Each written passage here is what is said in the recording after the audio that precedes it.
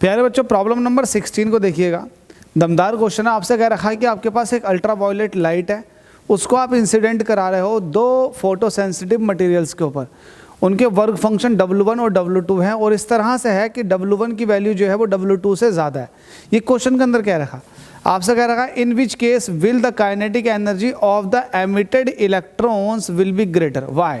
आपसे कह रहा है कि बताओ आपने अल्ट्रावायलेट लाइट को गिराना है दो फोटो सेंसिटिव मटेरियल्स पर, एक का वर्क फंक्शन ज़्यादा है दूसरे का कम है, तो बताओ किस सरफेस से जो इलेक्ट्रॉन्स एमिट होंगे ज़्यादा काइनेटिक एनर्जी के होंगे। तो आपको एक बात बता दूं, जो आप फोटोन्स गिराते हो उनकी जो एनर्जी होती है ना, उसके दो हिस्से हो जाते हैं। एक हिस्सा हो जाता है वर्क फंक्शन में और जो बचा हुआ हिस्सा है वो काइनेटिक एनर्जी में।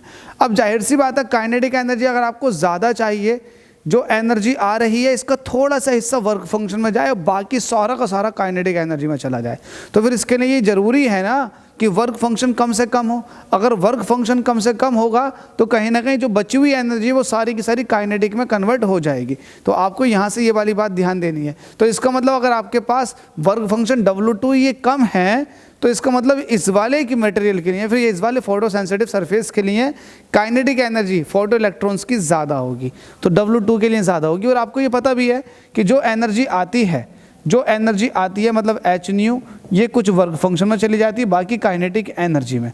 अब जाहिर सी बात है आपको काइनेटिक एनर्जी निकालना है तो h न्यू में से वर्क फंक्शन को माइनस करना पड़ेगा। तो वर्क फंक्शन जितना कम होगा उतनी ज़्यादा काइनेटिक एनर्जी निकल कर आ जाएगी। क्लियर है ना बात? बस क्लियर होनी चाहिए। Thank you so much. अगली प्रॉब्लम में आपसे मुलाकात करता हूँ।